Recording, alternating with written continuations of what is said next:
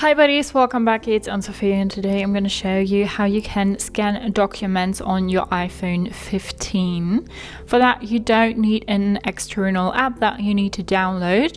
You can simply go to your notes, then say we want to create a new note, and now we want to go to that photo symbol here, and here we can say scan document. So we choose that, and now I'm gonna get my document here, and I just get the whole thing on my screen.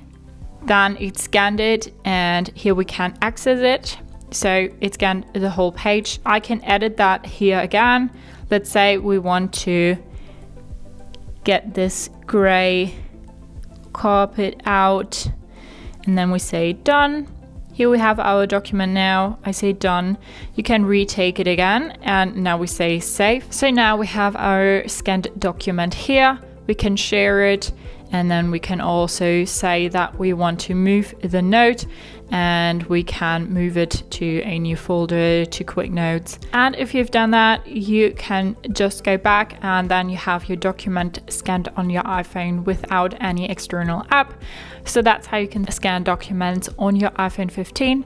Hope you liked it, hope it helped. If so, thumbs up, share and subscribe, and I hope to see you next time. Bye.